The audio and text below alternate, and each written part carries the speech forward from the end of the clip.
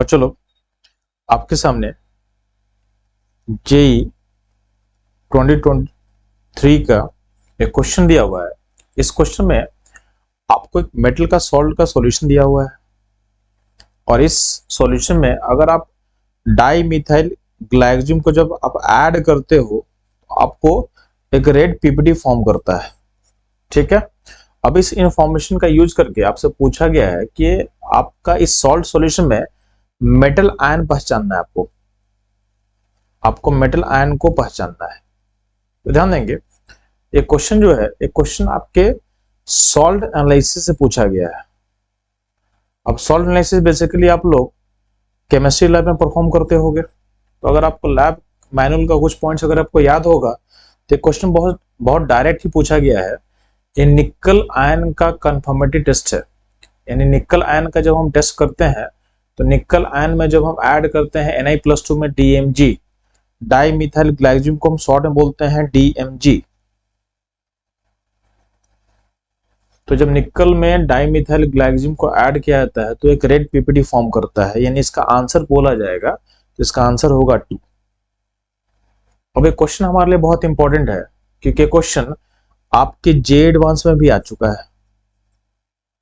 तो जे एडवांस में आ चुका है तो उसमें जो जिस कॉन्टेक्स्ट में क्वेश्चन पूछा गया था उसको मैं थोड़ा डिस्कस करना चाहता हूं क्योंकि उसके पॉइंट्स हाईली चांस है कि आपके जे मेन में आ सकता है। अब ध्यान देंगे यहाँ पे, सबसे पहले आपको पता होना चाहिए कि DMG का स्ट्रक्चर कैसा होता है। तो DMG का स्ट्रक्चर ऐसा कुछ होता है।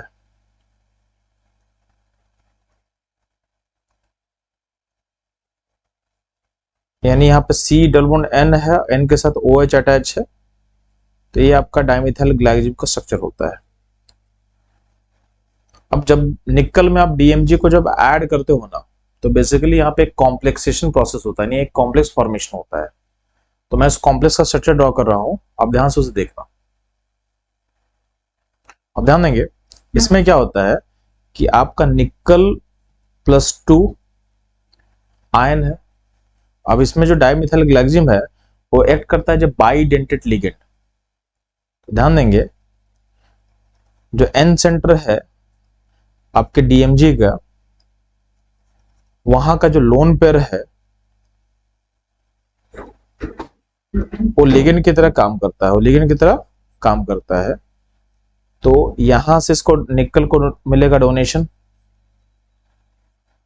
सिमिलरली DMG का दूसरा मॉलिक्यूल है, वहां से भी जो N सेंटर है वो डोनेशन करेगा।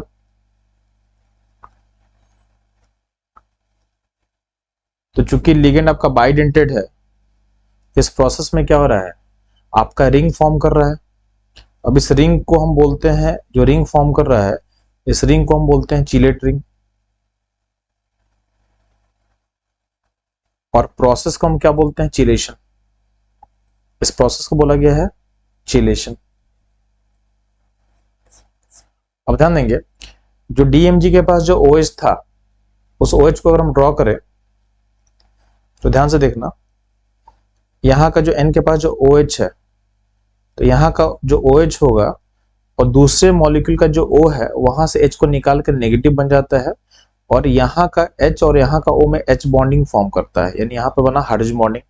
सिमिलरली नीचे वाले N पे भी क्या होगा, यहाँ पे OH होगा और यहाँ का N का जो है OH का H को निकाल दो, नेगेटिव चार्ज रहेगा, और यहाँ पे भी H बॉन्डिंग होगा।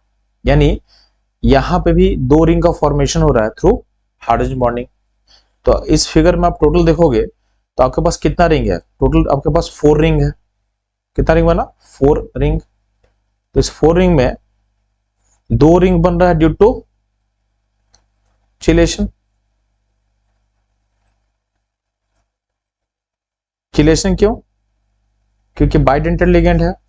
और बाकी जो 2 रिंग बन रहा है वो 2 रिंग क्यों बन रहा है बच्चों लोग, तो बन रहा है due to hydrogen bonding, due to hydrogen bonding. तो स्ट्रक्चर आपके लिए बहुत इंपॉर्टेंट है।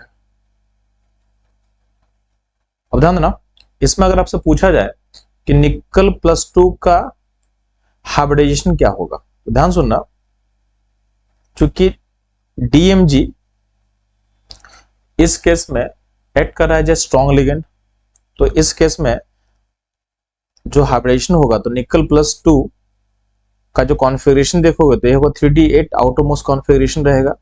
अब यहाँ जो DMG है वो एक्ट कर रहा है जब बाइडेंटेड लिगेंड और ये स्ट्रॉन्ग लिगेंड की तरह काम कर रहा है, तो पेयरिंग करेगा और इसका हाइब्रिडेशन हो जाएगा DsP2। तो आपका हाइब्रिडेशन हो चुका DsP2। अब DsP2 हाइब्रिडेशन का शेप क्या होता है, तो शेप होगा स्क्वायर प्लानर। तो शेप हो गया आपके पास स्क्वायर प्लानर, ठीक। और चूंकि आपका जो निकल +2 का इलेक्ट्रॉन है वो सारा पेयर्ड हो चुका है, इसका मैग्नेटिक कैरेक्टर क्या होगा, डायामैग्नेटिक, ठीक है। तो ये सारा इंफॉर्मेशन से क्वेश्चन आपसे पूछा जा सकता है। इसके हाइब्रिडेशन शेप और मैग्नेटिक कैरेक्टर को मैं नीचे लिख दूंगा, आराम से ध्यान देना। फिर से मैं रिपीट कर रहा हूं, इसका हाइब्रिडेशन क्या हो जाएगा DsP2, शेप क्या हो जाएगा स्क्वायर प्लानर,